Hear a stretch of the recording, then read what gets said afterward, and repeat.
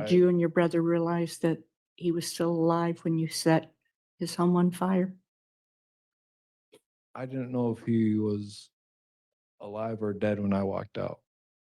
And As far as setting a fire, I did not set a fire. did you see a purpose for setting a fire? I mean, did your brother tell you why there need to be a fire? No, ma'am.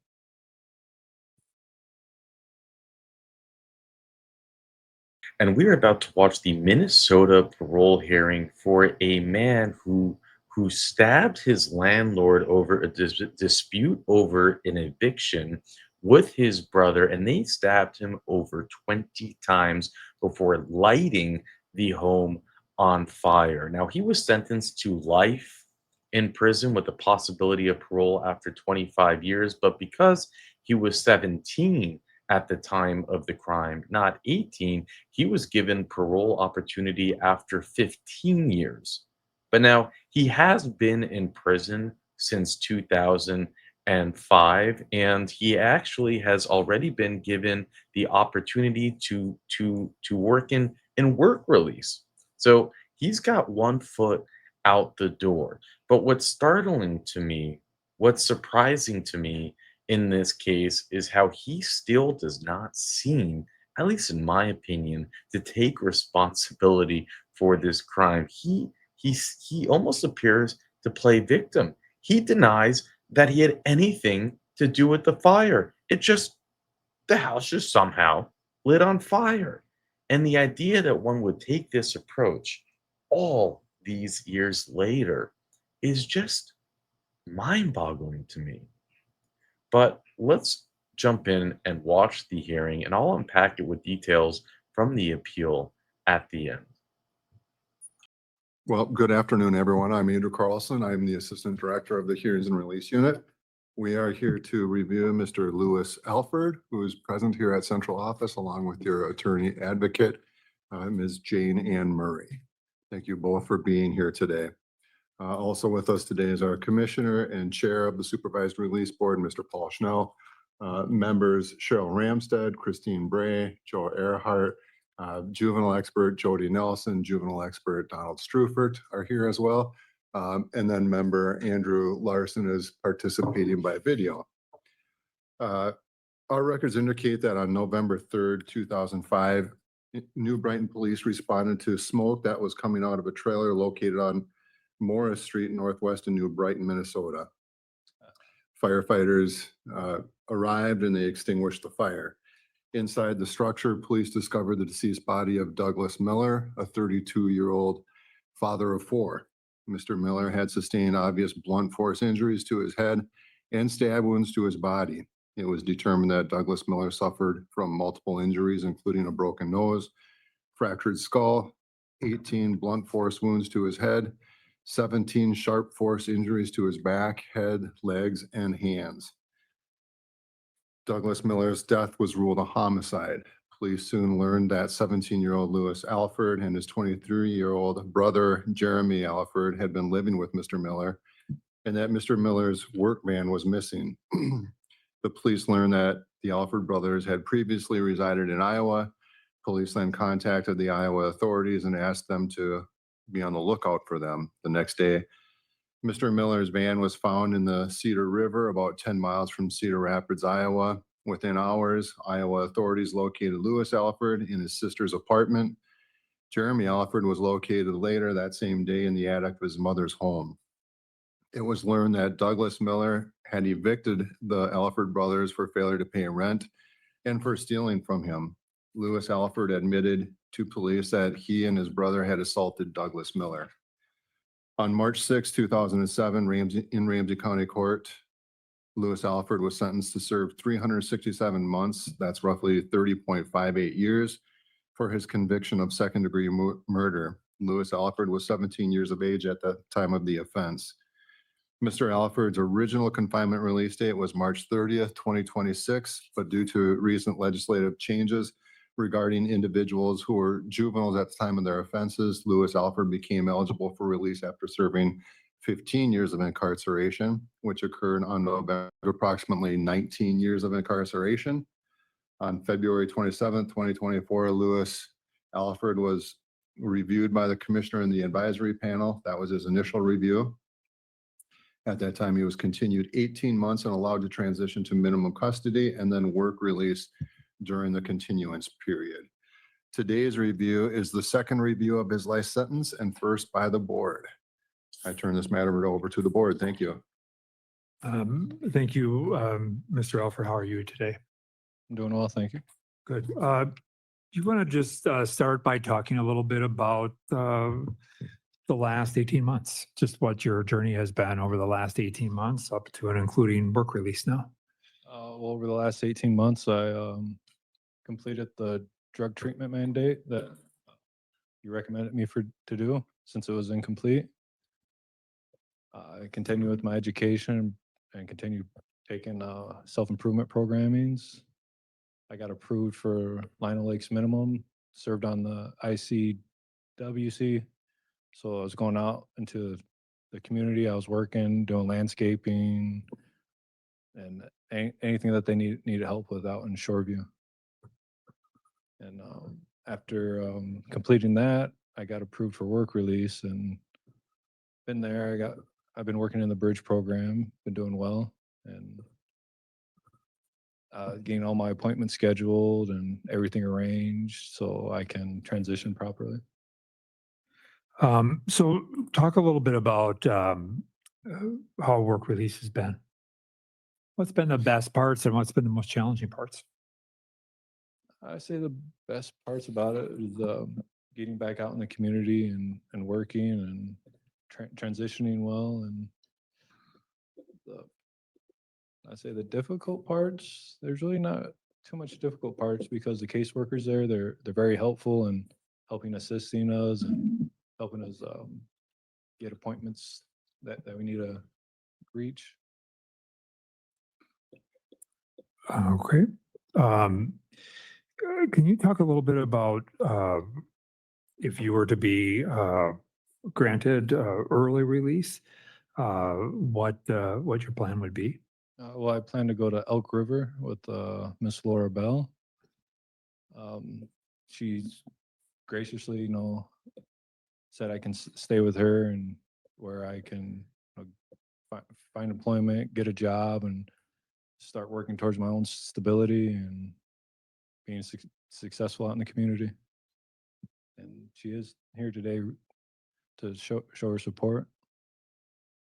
That's great. Thank you. One of the things that I wanted to just ask is I want to just acknowledge the fact that we do have family members of your victim here today, and I just wanted to I think ask a question just that comes out of this, and one of the things that was indicated in the record and that was described during the course of this was the fact that there was, I think a sense that this was offense was at some level a level of self-defense. Can you self-defense or defense of your brother, whatever the case may be? Can you talk about and describe that and what your role was in the offense? My role in the offense that I took part in an action that led to the loss of an individual's life, Mr. Douglas Miller, and I'm not proud of it. I thought about it a lot, and there's no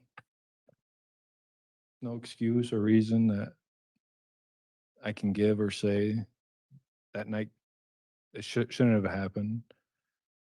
It should not have led to what it did. And no, I'm deeply sorry for it. And I can't even imagine the pain that they've been through and all the moments and experiences that they have lost due to the fact of that night. When you think about the pain of that experience, which I appreciate you acknowledging, but when you think about the pain of that experience, what do you envision the kind of the range of that pain being?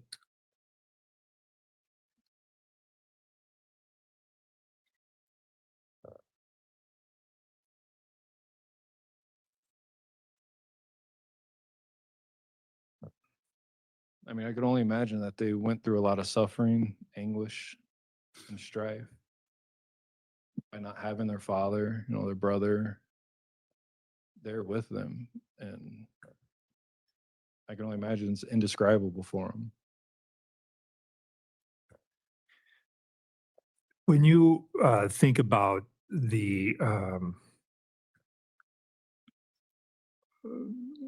death that actually you were a part of causing, and the range of injuries and the manner in which he was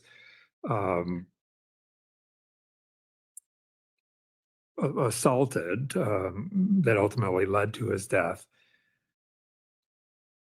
As you look back on your involvement in that today through the lens of some 19 years later, how do you make sense of what happened that night? I was a 17-year-old kid at that time, and I was involved with drugs, alcohol, and being under the influence at that time.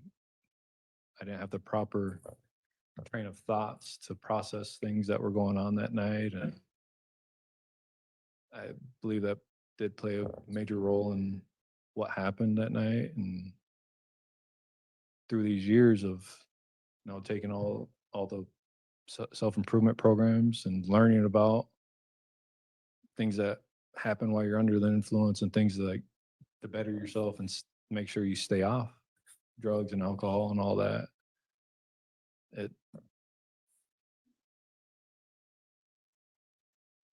makes me realize that I was living a wrong lifestyle, and I endeavor to improve myself and continue to improve myself, so I'll never be put in a situation like that again.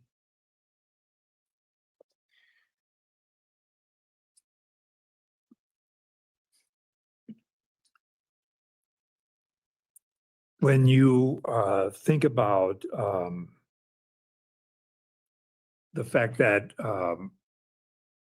you find yourself, at this precipice of facing the prospect of a potential for, relatively short potential early release and an absolute hard release that would come up next year. What would you say are the biggest changes that have happened in your life, in you, over the last 19 years? Biggest changes in my life is growth, mental growth, maturity. I used all the programs that were there to find out who I am, what type of person I'm going to become.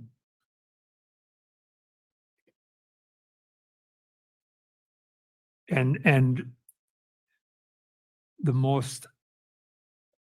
program that had the biggest influence on who you are today, what was that, and how did that change you? That was the foundations program that I partook in St. Cloud when I first got to prison. It was a program that was combined with cycles of abuse, and the foundations program it explored how your thinking is and different ways of thinking and how to actualize your emotions and into a better process.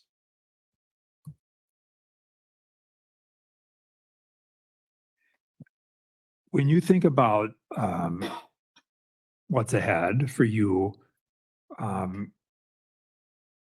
what do you speculate are is going to be the biggest challenge that you expect to face?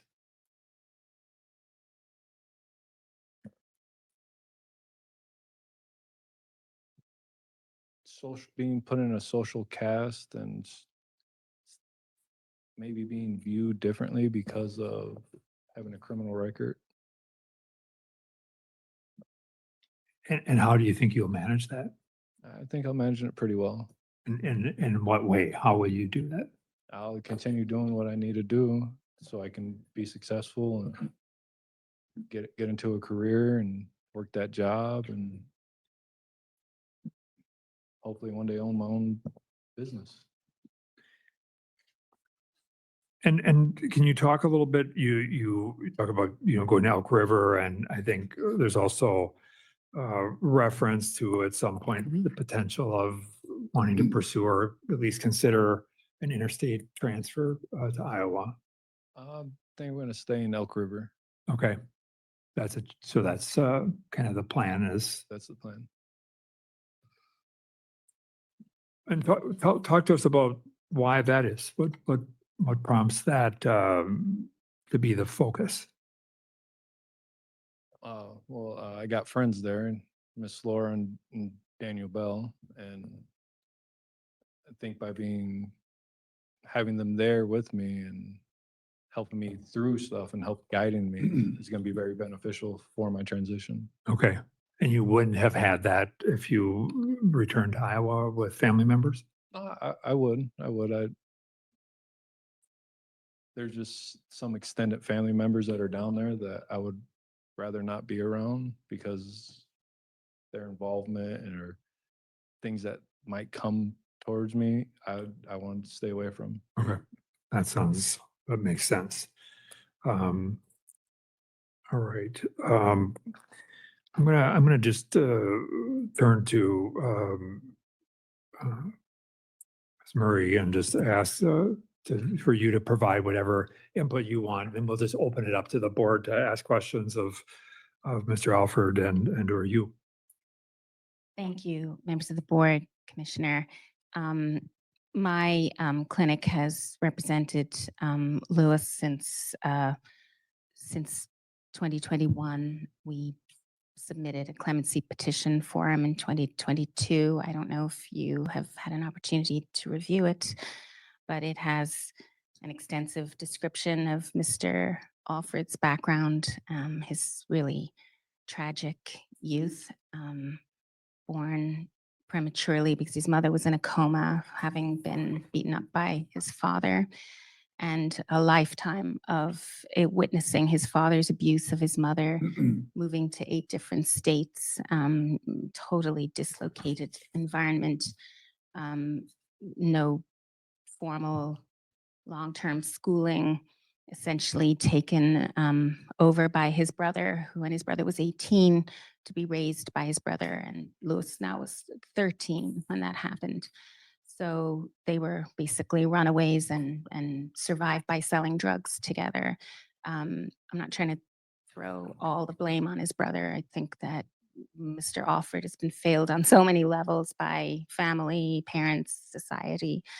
But it is really a horribly tragic background that was the backdrop to that awful day when the victim died. I just want to point out that he was acquitted of premeditated murder. Had he not been charged with first-degree murder at 17 and certified as an adult, everything could have been so different. This man who was really a child could have been handled so much more differently by the juvenile justice system than he was by the adult system. But because he was certified as an adult, even though ultimately acquitted of that adult charge that required mandatory treatment as an adult, he ended up being treated as an adult when he was convicted of second-degree murder and ending up in state prison.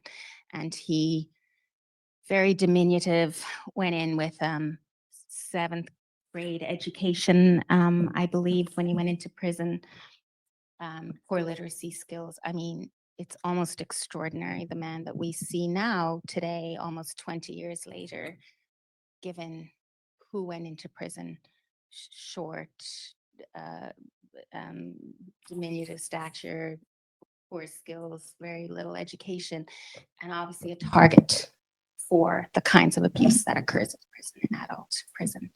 And we see somebody who has emerged with an associate's degree, he has that here, someone who has learned skills, somebody who has done programming to address the problems that led to this whole concept of the cycle of abuse, and sort of people understanding the cycles they've been in and what could lead them into bad paths. Drug abuse treatments that you got early on in Cloud, and got his GED, got his associate's degree. But then I think one of the most beautiful things about Lewis is he started mentoring other inmates. He does ESL training. He trains others in GED. We attached to our clemency petition several letters from other inmates talking about the role he had played in giving them guidance and grounding. So this is somebody who's going to be able to be a solid leader in society. I would say I've known him a long time now, obviously. And my students have known him a long time. The ones who worked on this have graduated, so this is why I'm here. But we really see a moral grounding in him, a moral foundation, and somebody who understands the awfulness of what he was involved in and what he did that night, but also the importance of working through that remorse and rehabilitation by being a better person and being the best person. I don't know how easy that is for the victim's family to hear that, because they're hearing, for them, their family member isn't here to do anything. And I think that's why it's so hard for them to hear about what perpetrator to them has achieved in prison. I can imagine how hard it is for you to hear that. But to the extent that that is the focus of this board, I want you to see what it has become. I just see someone who's really extraordinarily used the opportunities of prison to try to be a better person. And I believe he's going to be a great person when he's out. I have met and spoken with many times with Laura Bell, who is this adoptive mother who I think wants to take him under her wing. Please have you hold the mic up a little. Sorry, just so we and can she's hear you. here anyway. Laura Bell, she's here. If you want to speak with her, she would be happy to speak with you.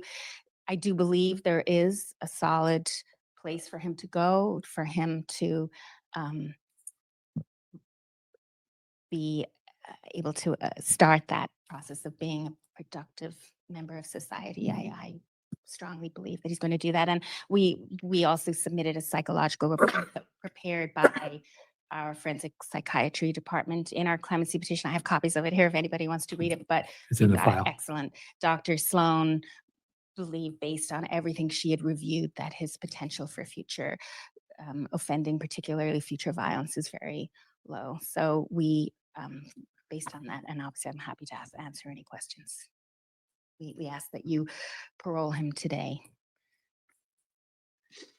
All right. With that, I would open the floor to the board for any questions people may have. Mr. Alford? Go ahead. Oh, go ahead. Go ahead. Even though you're well on your way to freedom, if you can call anybody free, and have accomplished a great deal, it's really important for you and for society that you fully and completely acknowledge your role in the offense. And I have read your entire record, and I realize that you have the facts in there, but I'd like to ask some questions about what you personally did in the murder of this victim. And the reason I want to go into a little depth about it is because it's, as you said, probably yourself, senseless, but it seemed quite sadistic. And first, could you just state your motive? My motive was protection and protection of my brother Protection from what? from my brother being attacked and me being attacked. Did either of you So suffer can any you, Joe, can injuries? you use the mic? We suffered no like injuries that caused harm. We did have like some scratches on us and like, marks on our back, but nothing that was, Do you recall the murder scene as you left it before you set the place on fire?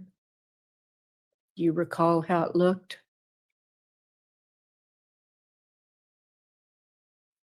I'm not asking you. I would like for Mr. Alford to answer this himself. Do you recall the murder scene? I do recall the murder scene. However, I did not start a fire, and I was respectfully, I was acquitted of the arson charge. The scene must have been horrendous. Do you recall how it looked yourself? Yes. Can you imagine if a family member had walked in, can you imagine how someone would have felt to walk in and find their loved one in that scene? I imagine they would be very grief stricken. They would be horrified. And they'll probably have a wide array of emotions that built up inside of them. How long do you think that would last for them? Probably all their life, ma'am.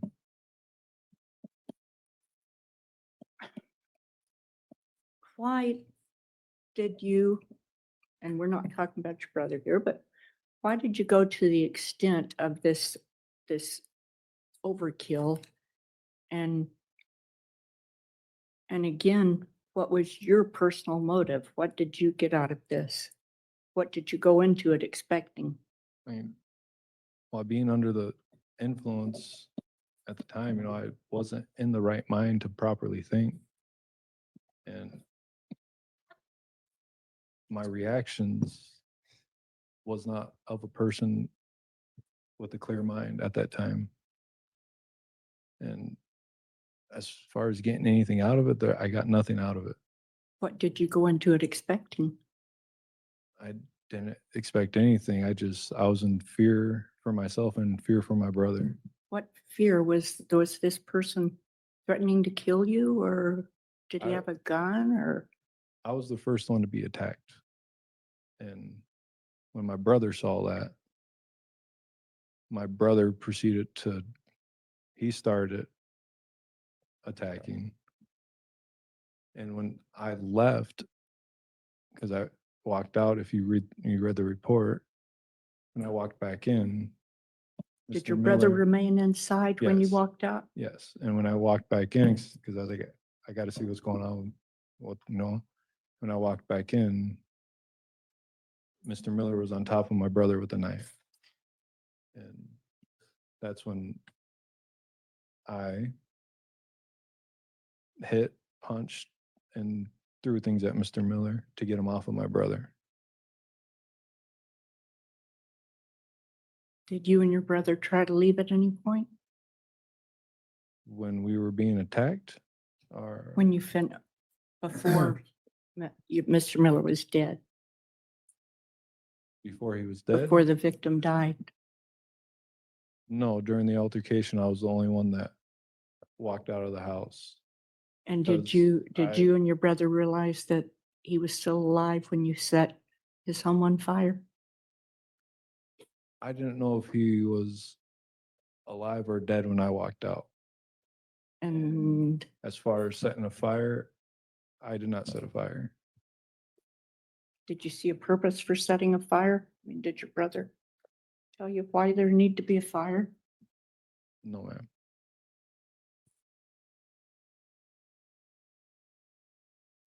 And did you or your co-defendant brag about this offense afterwards?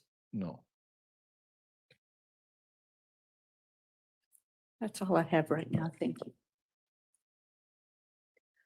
I just have one question about just in this line of questioning. Was there a point at which Mr. Miller attempted to leave the house? No. Okay.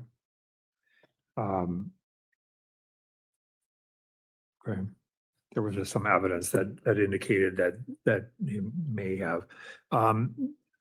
And just there was there was marks that were left on his head that appeared to come from like a bottom of a pop can or something like that. Does that ring a bell? Do you remember that?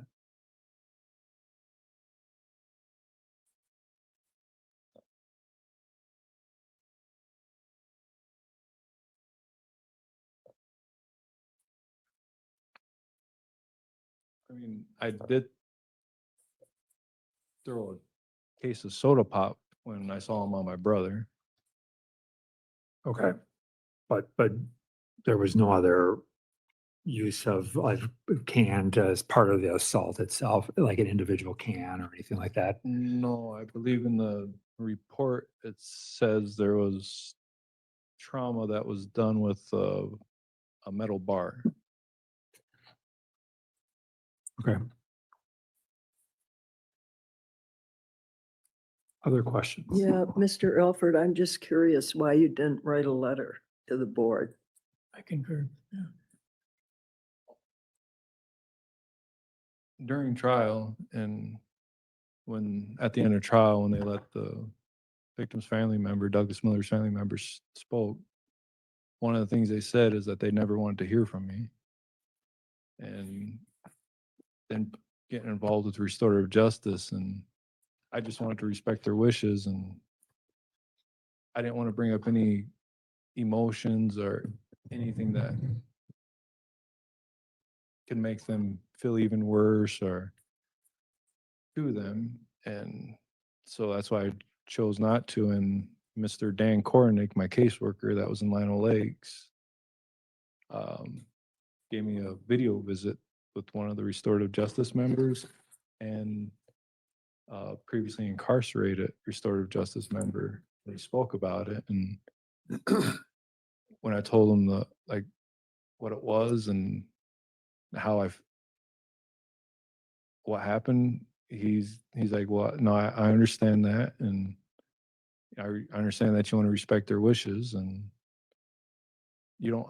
He said, I know I didn't have to do a apology letter, but to still explore the possibility of it. And I just wanted to be respectful and respect their wishes about not wanting to hear anything from me.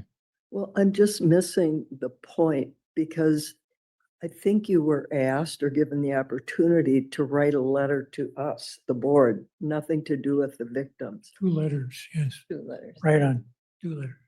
Go. Not the apology letter, the Yeah, letter to the board. a letter to the supervised release board.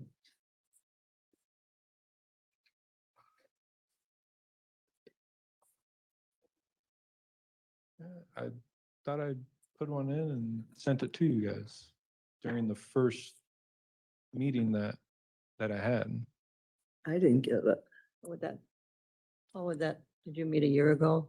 That would have been probably when I had when there was he was seen the first time, I would guess. That's That That's where letter it when you were was. seeing the first time. Yeah. Yeah. Yeah, it didn't get to us. And so that's my question. I think you answered it. But the Thank you. information was, you declined the opportunity to give it to another session, is my understanding of the last information I received. You had the opportunity for that letter to be submitted to me today, and you did not take that opportunity. I missed the content of that letter very much also. Well, I'm sorry, as his attorney, I was not told this at all. Well, What's and I the think we're possibility? asking, Yeah. at least I'm asking you, and it sounds like, Mr. Alford, you don't remember that opportunity. in this process. You did submit, I believe there was one submitted in the first case, in the first review. I think when I got told about it, that there was such short time, I was like, is it going to be all right if I use the same one that I submitted beforehand, since it's still on the record and it's still in file? And from my understanding, it seemed like that was going to be okay. And I apologize if, No, I just wondered. Mhm. Thank you. Mr. Alford, how did you get to know Laura and Daniel Bell? And how long ago was it? How would you describe your relationship with them? I met Laura and Daniel Bell through their son, and probably say back in 2009. And from there, talking, meeting, and our relationship has grown. And she's actually became almost like a adopted aunt, second mom. She's always there for me. She helps me out with finding out information. And like I said, she's graciously invited me into her home to stay so I can get on my feet and do what I need to do to become a productive member of society. Where did you meet? I met her through her son that was, Where did you meet her son? How did you know? her son was incarcerated as well. Have you stayed in touch with him? Yeah. And what is your relationship currently to your brother who was the co-defendant? I have not spoken to my brother since I left Stillwater. We wrote a few letters. Thank you. Just a follow-up. Do you know if that couple that is going to allow you to stay with them, do they use alcohol or substances?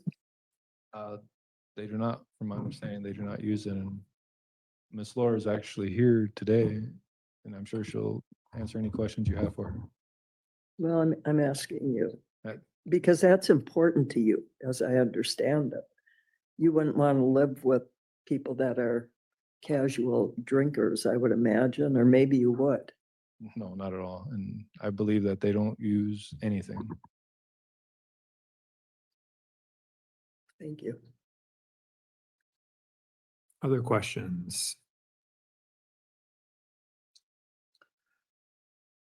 I'm struggling with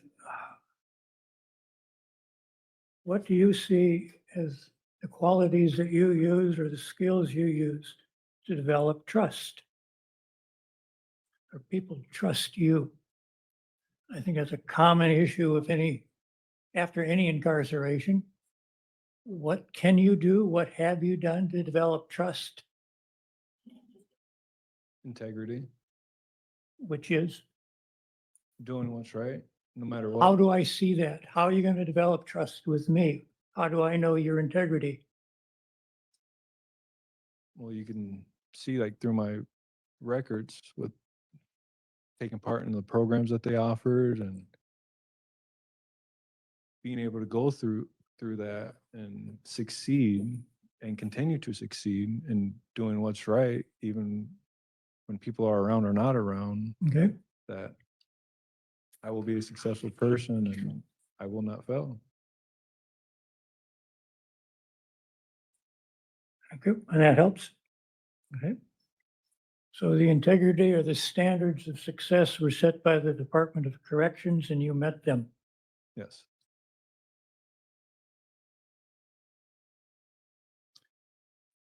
Would there, I guess, have you had a chance to review, or has anyone gone over with you the 2 psychological assessments? Are you referring to the MMPI? You've had, I understand, 2 psychological assessments, one by Dr. Sloan Yep. and one originated by this committee. Have you seen either one of them? I read them, yes. What was the difference that you saw, or what was it, any contradiction in the 2, or what do you recall was there? I believe the Dr. Sloan and both beyond Bonnie Bjork, they both state that my risk of violence is low. And I don't know if there's really any contradictions in there. I mean, there might be that I didn't see.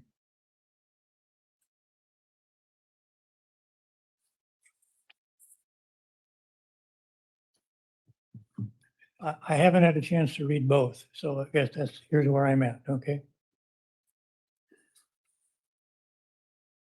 I don't know if there's any contradictions from what I've seen. Thank you.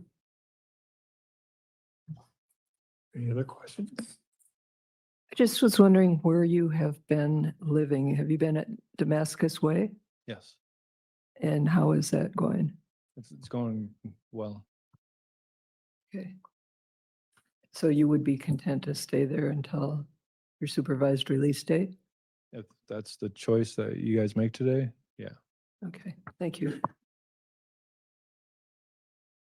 One question from me, if I could. I think I had noted that you completed substance use disorder programming in 2024. Is that right? Yes, that was the second one. Okay, all right. So in there, I think you noted, or I made note that like you feel pretty confident. Relapse in the future is not going to be a concern. I think you indicated if you have struggles, like you'll reach out to family, friends, that sort of thing. But like you don't have I guess what I would call kind of that traditional relapse prevention plan. Is that correct? And I will seek out a NA sponsor and an AA sponsor. So I can meet maybe like once a week or whatever they think is appropriate to meet. Okay. All right. No, and that's helpful. That gives some context. I mean, as reading the written word, it you can draw the inference that you don't believe there will be any need for support, and after hearing that answer, that provides some reassurance that it's not something that you're just going to attempt to manage on your own, especially in light of I think even some family history and that sort of stuff. So I appreciate that that added context. I do have one question, Mr. Alford. I think I read that were a pipe carrier or a pipe carrier Yes, I was in Lino Lakes. in Lino Lake. So I'm wondering about your resource of your spirituality and how you see that being a resource for you going forward Well, I in am your culture. yeah, I'm part Native American and part Mexican. And when I find the individual that I think will be beneficial and have more knowledge in the religion and the faith, to meet with them on a constant basis so I can learn more, study more, and grow. And currently I am speaking with Gina K. Miranda, and she recently just visited at Damascus Way 2 days ago to supply me with books and resources so I can go over.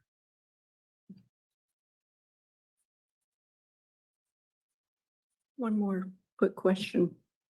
How long would you envision staying with your friends? Uh,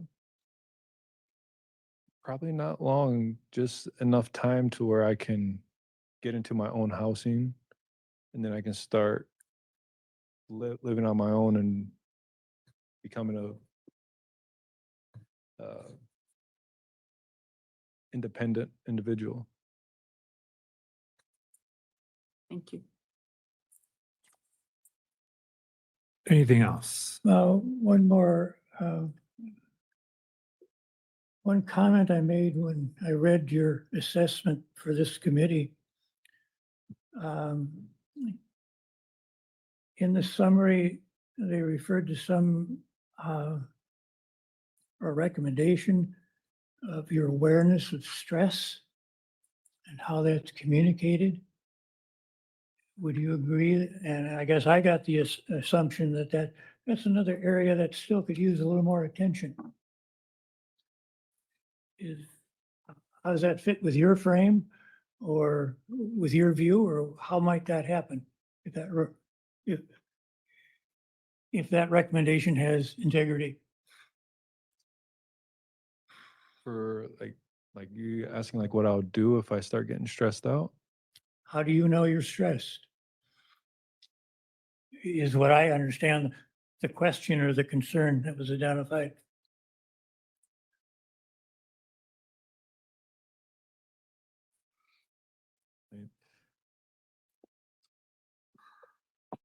how I would know is like my train of thought. Like, am I thinking properly? Am I overthinking anything? Am I internalizing anything? And if that starts to happen, I would reach out to, family, friends, and even resources that I'd be involved with to speak about it and get the proper direction. Right. How is your source, how has your stress gone up or down in the time you spent with us today? I mean, my stress level is, I'd say, it's pretty moderate because I don't know what's gonna happen, but I'm doing very well. Okay, thank you. Good. Anything else?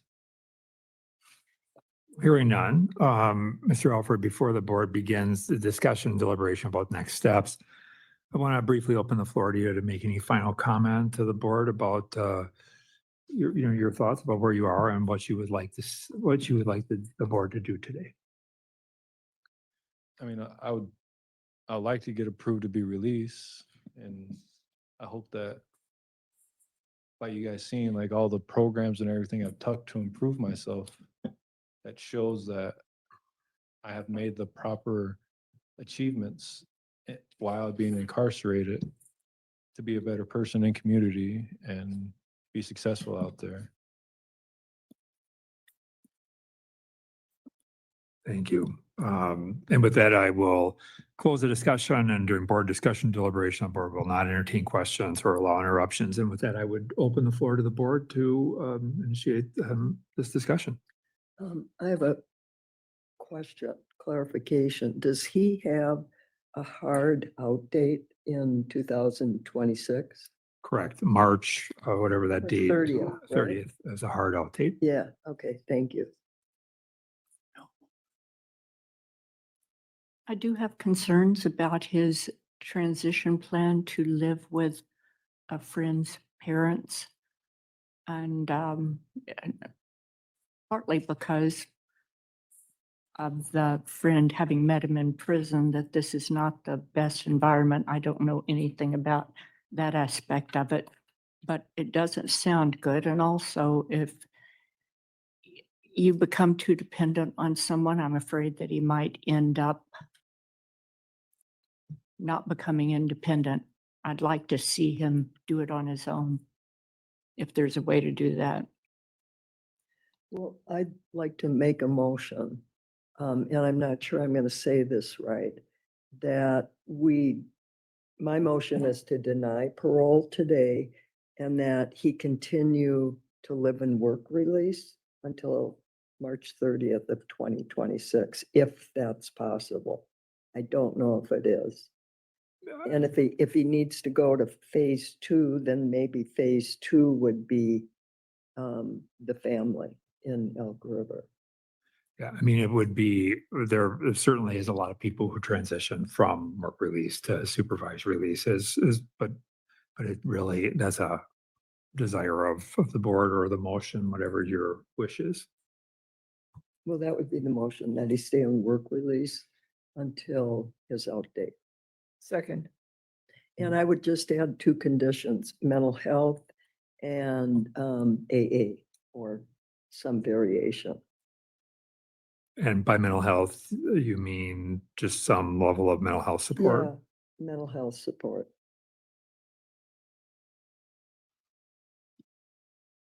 Okay. Any other thoughts, recommendations, concerns? One of the things I would point out, I think as a really a positive thing. I am heartened by the fact that that Mr. Alford identified this change in going to Iowa, which I think really speaks to the fact of really looking at, not that where he would, I think it was his sister that he was going to live with would have been an issue, but that just knowing some of the tangential folks in the environment, and I really applaud him for thinking that through and recognizing that as a factor that could interfere the progress he has made. So there's a motion and a second. To the motion, Board Member Bray, Yes. Board Member Earhart, Yes. Board Member Larson, Yes. Board Member Ramstead, Yes. Board Member Nelson, Yes. Board Member Strufert, Yes. and Schnell votes yes. The motion prevails. So, Mr. Alford, we want to just really encourage you to use this time and work release as a transition. Part of the issue also, just so that you're aware, is that it would take a minimum of 60 days even to request agent assignment. So just to know that's going to have to happen, and that can be coordinated during your work release time. But I want to just acknowledge and applaud the work you're doing, and would encourage you to continue on that positive trajectory. Any questions? Okay, thank you very much. All right. Let me get some things off my chest before we go over the facts of the case. The things that I want to get off my chest is that I really feel like this entire process is just an insult to the victims. It's my understanding that the victims are there in the room. It's funny, I was looking for my glasses and they're right here. And they're not allowed to talk. And I still have not figured this out with Minnesota. We have seen some hearings where the victims are allowed to speak, but in this case, it seems that they just have to sit there without having any opinion on the matter. And he's getting out anyways in his full term date in like a year. But think about this. He was even given one last opportunity. He said, "Is there anything that you would like to share? Any final comments?" No apology. There was no apology I can't recall throughout this entire hearing. I saw someone who was stoic, someone who was defiant, someone who seemed bitter about being locked up, someone who didn't even take the time to write a letter. Oh, you had my old letter. Why would I write a new letter? It's absolutely it's the I felt, and I think the parole board felt it too with that one of those final questions asked. I felt like he has a temper. I felt like he has the maturity level of maybe like an 18 to 22-year-old. Like he's never outgrown that pent up like anger inside of him. There was a certain confrontational aspect that was alarming. Look, this is my perspective, right? It could be that you saw and heard and felt something totally different, which you can put in the comments section. Sometimes if you're listening to something on maybe a couple of too many coffees, you'll have one way, versus if you got the Mike Pole rose glasses on, you might see it another way. But I saw it as someone who was defiant, and not in a good way, in a highly immature, in a scary way, really. I mean, the way that what's her name? I forget her name, but she's the one who I enjoy watching the most. She's most confrontational, wearing the white like jacket with the black shirt, and I don't know if it was intentional, but she mentioned the fire like 3 times to like give him an opportunity to either slip up or admit to it. And the guy's like, "Oh, I don't fire. I don't know fire." It's like, you burnt it down. You might not have been found guilty of it in court, which we know by watching enough of this stuff. Juries oftentimes will be like, "Well, we're giving the guy a life sentence anyways." You see it all the time with juries. "Well, we won't find him guilty of this charge. We don't know conclusively how the fire started." But the fire started. And it's like, why are you not, like they claim in the appeal that maybe the fire started because they dropped a cigarette, and I just don't buy that. They brutally butchered this man, and again, he's trying to play it out like it was self-defense. It's not self-defense when two of you are against one, when you both are unharmed, when you stab the man 20 times, when you hit him over, and then you light the place on fire while he's still alive. Oh, I didn't like the fire. The place, it lit a fire on. It's true. Criminals have really bad luck. They buy guns that shoot by themselves, and they buy cigarettes that are like actually like incendiary devices. They always get these defaulted products. How many arsons have we seen that say, I don't know, I flicked my cigarette and the whole structure fire? You know how hard it is, right? To light something on fire, even with a book of matches and a pack of cigarettes. And his attorney too, it's like classic. They're all the same. I felt like she's talking down to the victims. So just horrible. He was 17 and he was tried as an adult. He shouldn't even be here. It's unfair for him. Yeah, lady. I mean, have you not seen how the system works? If you're 17 and you commit a brutal murder, you're gonna be tried as an adult. Like, what? That's the way it works. He's no exception. He's not a special boy. I thought the parole board was very concerned. I mean, to have a plan that you're gonna go stay with the mom of your former inmate. Oh yeah. Oh, they don't drink. No, no, no, no, no, no. I know. He didn't say it like, no, they take sobriety very seriously. They are actually, that would be the response of someone who knows that they have a sober house. He was just saying whatever he wanted. So, oh no, no, yeah, no, they don't know. They don't drink. Yeah, you can ask them. They don't know. It's yeah. I mean, they did the right move. They do what and Minnesota surprises me. I think they often do the right. We've seen some weird stuff, but you see that with every parole board. But for the most part, they've impressed me with their, I guess, more realistic approach to things. And I thought they picked up on everything that I picked up on. And let's go through the appeal and then Lady Holly's notes. And also let me know if you want to see more Minnesota hearings. There is a Minnesota playlist if you want to see the ones that we've already done.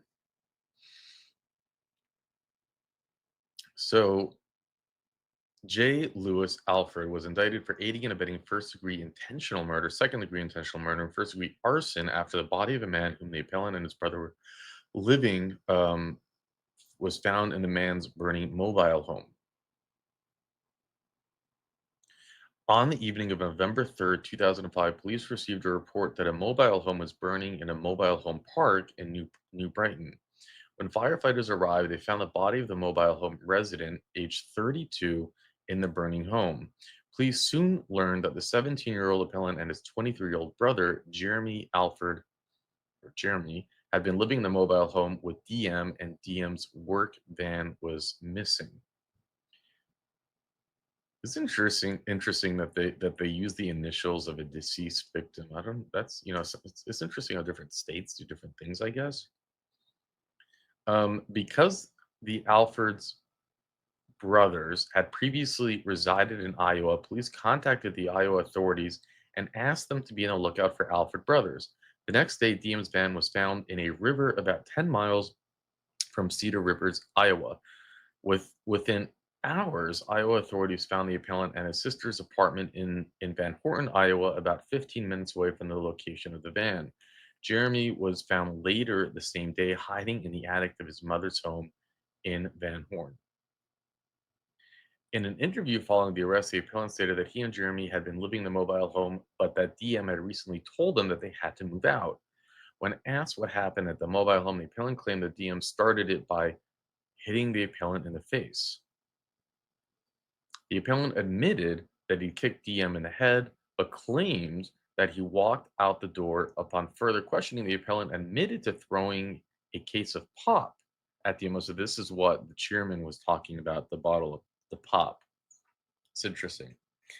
And he played it off like, pop? I don't know what you're talking about.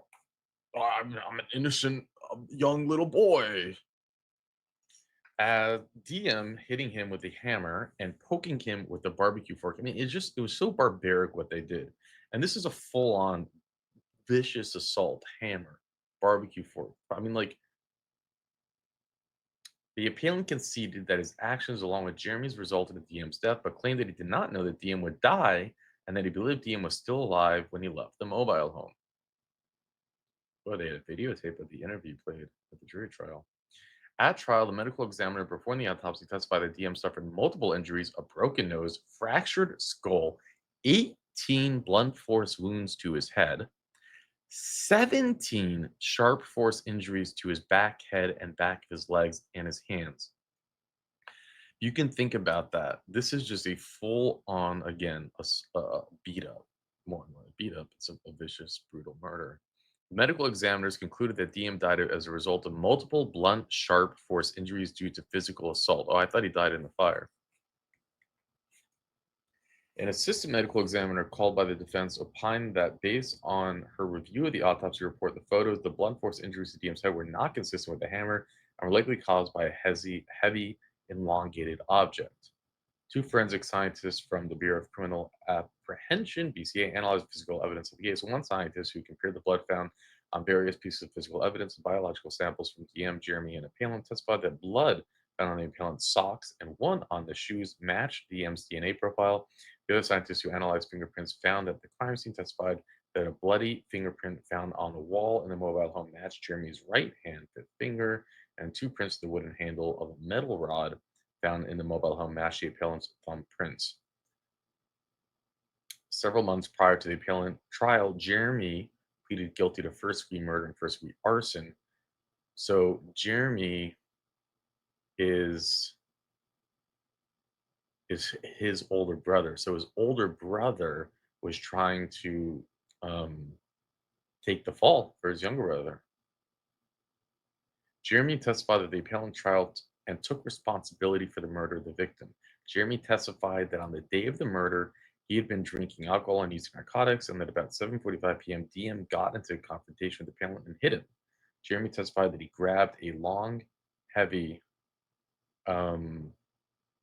he was putting on the socks with blood on it when he got arrested, steel pipe, and began to hit DM in the head, that he then lost control and hit DM several more times with the pipe and stabbed him with anything I could get my hands on. Jeremy testified that he stabbed DM with the knife, barbecue fork, and screwdriver, and the appellant tried to pull him off with DM. But Jeremy also admitted that the appellant kicked and hit DM in the shoulder with a hammer because DM was on top of Jeremy with the knife.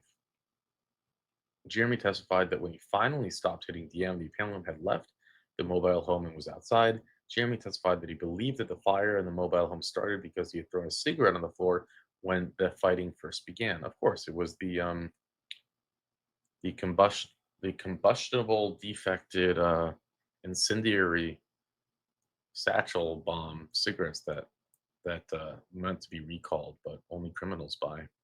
The appellant testified in his own defense that and explained that his family moved around a lot because his father beat his mother, and the appellant testified that he started smoking the devil's lettuce at 12. By the time he was 17, he was using it every day. I mean, we all know that when we all smoke the devil's lettuce at 17, we all become brutal murderers. I mean, that's pretty clear to us. In addition, the appellant testified that he regularly drank alcohol and used, and it's funny because he didn't even want to take substance abuse programs, right? Or did I make that up? Which caused him not to sleep and be confused days towards. The appellant testified that he and Jeremy were living on the streets and in shelters when they moved into the mobile home with DM. The appellant testified that he spent the day of the murder smoking devil's lettuce, using the methed up stuff, and drinking alcohol. After spent the previous 3 or 4 days using the methed up stuff, the appellant testified that he and DM got in an argument and DM hit him in the back of the head. Before the appellant had time to react, Jeremy pulled the appellant out of the way and the appellant ran outside. When he returned, he saw DM on top of Jeremy with a knife and kicked DM off of Jeremy and tried to get Jeremy to leave. Jeremy just threw him off. The appellant testified that he grabbed his and Jeremy's things and ran out of the door, and that DM was still standing when he left. After Jeremy came outside and he drove Jeremy to the DM's van. The whole knife story, I don't believe, right? Because I don't think a knife was even used. They use all these random objects. So had they been had a fear of a knife being used against them, you think they would have taken that knife and used it themselves. I don't know. The appellant maintained that he did not know anything about the fire until he arrested the next day. The appellant testified that he was trying to keep his brother from getting hurt because he believed his brother was in more danger. He denied he denied hitting DM with the hammer or stabbing him with a knife. Oh, they did use a knife? Okay, I don't know. And that when he was interviewed in Iowa, he was tired and confused. It's too bad for him. If he had gotten convicted in Iowa, he would have been paroled like 15 years ago. For those of you who don't know, we cover Iowa parole hearings. I mean, they stopped us from covering them because they were probably, I think, embarrassed. But they are the most lenient, pathetic state of all that we cover, not just in their sentencing, because most violent criminals only serve 20% of their sentence, but also in the parole board. They pretty much parole, I don't know, 99% of parole applicants. The defense called Joel Obstar a child and adolescent psychiatrist, blah, blah, blah, blah, blah, blah, blah. Okay. And that was it. So let's go to Lady Holly's notes. I always like to show off how Lady Holly puts this stuff together because keep in mind that she does this for every single parolee, which we have literally hundreds. So the amount of time and effort that she puts into each one, not even knowing if I'll cover it, she just does it, which is creating a library for us. It's incredible. So Lady Holly, for those of you who don't know, she is from Australia. She, Sir Richard, has been ill, so has taken a step back. Lady Holly and Sir Richard are not paid. This is pure volunteer basis. She's a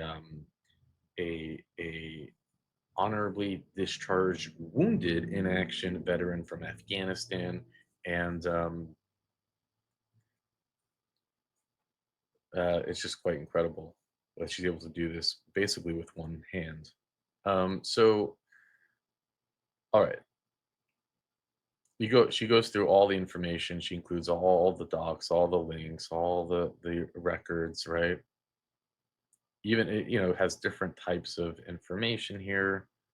Um, here are the many different articles that talk about the crime. I go through the articles, but I decided we had enough in the appeal. We didn't need to actually go over it in person. Oh yeah, ladies, he is single. If you want to, if you want to, I know that I can read to you some of his profile. If you want to be a pen pal, um, hello, my name is Luis. I'm looking forward to meeting new and vibrant people around the globe to connect with through deep, meaningful conversations that are intellectually stimulating and intriguing.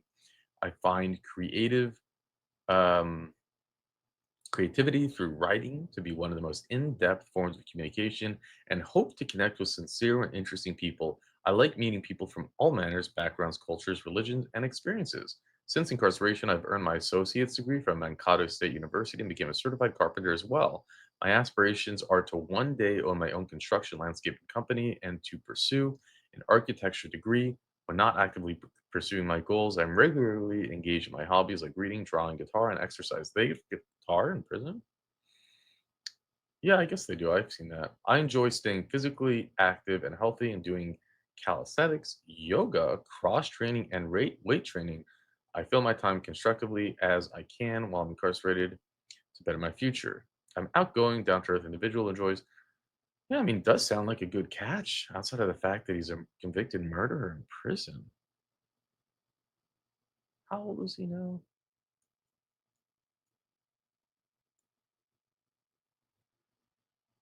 He's, I guess, what, 37, 38?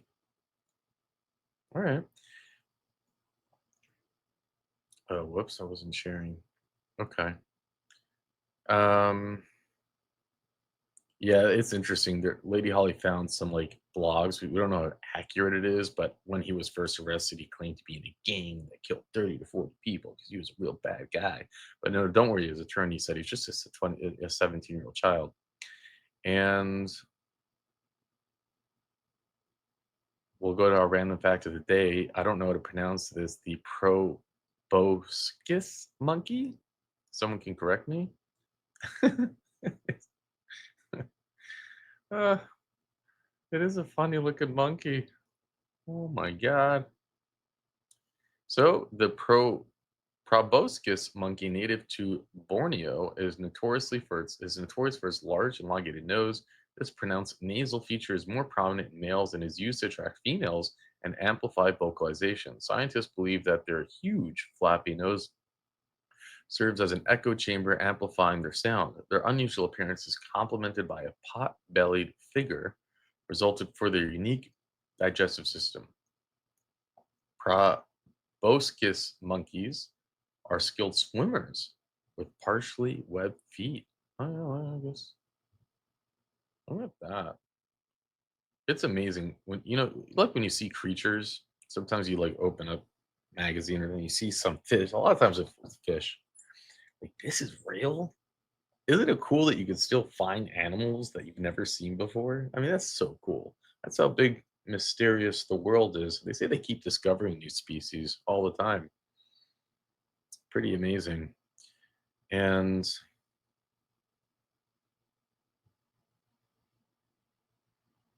with that, I'll let you go. And the reason I want to go into a little depth about it is because it's, as you said, probably yourself, senseless, but it seemed quite sadistic.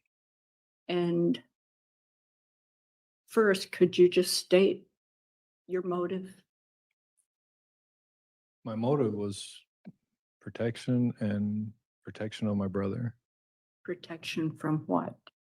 from my brother being attacked and me being attacked. Did either of you So suffer can any you, Joe, can injuries? you use a mic?